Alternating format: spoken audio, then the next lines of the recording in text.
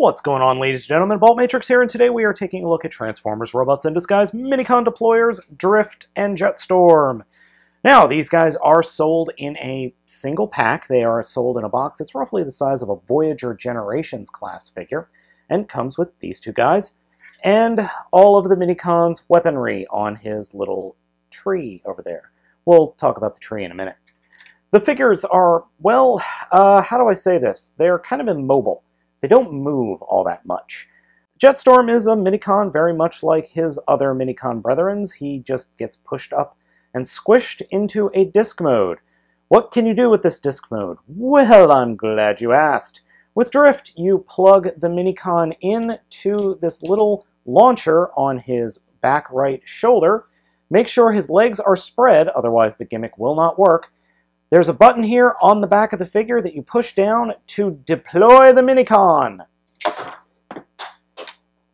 Drift deployed him right off the table. While the deployer gimmick does hamper the overall posability of the figure, he's kind of a brick. Hasbro did take the opportunity to give him a better paint scheme than the deluxe class figure. Look at that head sculpt. I mean, that head sculpt is really good. Very reminiscent of the show. Sorry, camera issues. But the overall look and the overall design of the figure isn't too bad. It's very reminiscent of his Cybertronian look that we see in the show initially. Though he is only just a hair bigger than the deluxe class figure.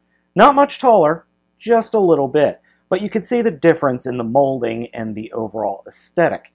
Even though the deluxe class figure has a decent aesthetic and decent paint and a good head sculpt, the deployer head sculpt is much, much better. As I said, the amount of posability of the figure is that. This is on a spring, and it will pop back into place because the point, or pointing finger, is part of the deploying gimmick. Other than that, there's no posability. Head doesn't move, legs don't move, nothing. The other thing weird about the deploying gimmick is it will not work if the legs are put together. You can push that button all you want, it's not going to move. You have to make sure that the legs are separated because there is a little hinge in here, or switch, right inside of his crotch that if it's pushed in, it won't work. The deployment will not happen. Overall, the figure is kind of lackluster, though he's worlds better than Fracture, the other Minicon deployer. Transformation for Drift is very easy.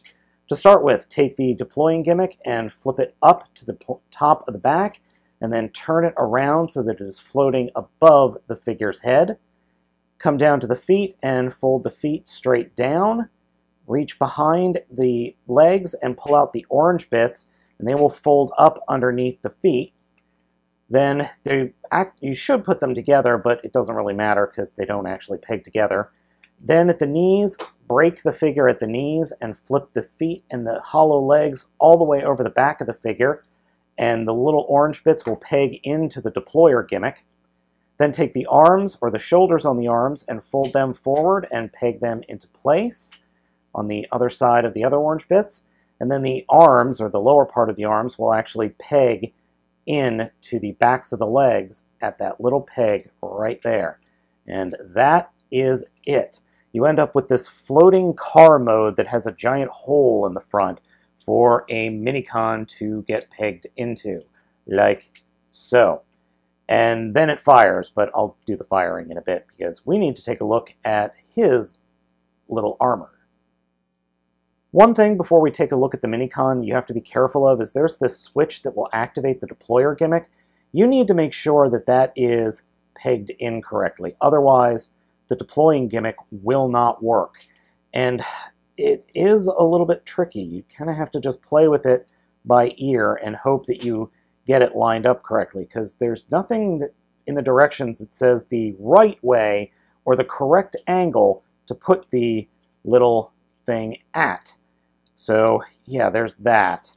You just kind of have to fiddle with it until you think you got it right, and it looks like I got it right there. But yeah, it's really annoying and not fun in the least bit. So, yeah. Jetstorm's armored up mode is really, really cool. I love the little look of this. He's got these giant flaming swords, he's got bucklers, he's got armor on the shoulders, a neat head that's very reminiscent of Armada Galvatron or Megatron, And then these flame things coming out of the back. Very, very cool. Now if we take the swords off and transform him into his little sphere mode, not sphere, but puck, we'll call it puck, we can then attach the swords to him in this mode, and we can then use him as a deployer. And look at that, he's got a little flaming minicon sticking out of his front. That's actually really, really cool looking. I love that look. That's definitely something interesting.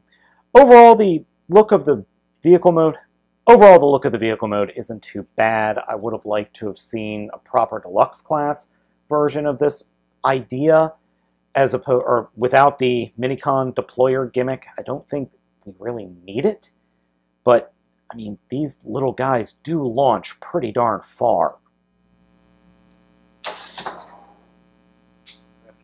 Overall, minicon deployer drift with Jetstorm, it's not bad, it's just kind of unnecessary. So gang, I hope you have enjoyed this video review. As always, I've been Baltmatrix. As you can like, comment, and subscribe. Please follow me on Twitter at Baltmatrix. Check me out on Facebook at Baltmatrix Reviews. And I'm over on Tumblr as well. I will catch you next time.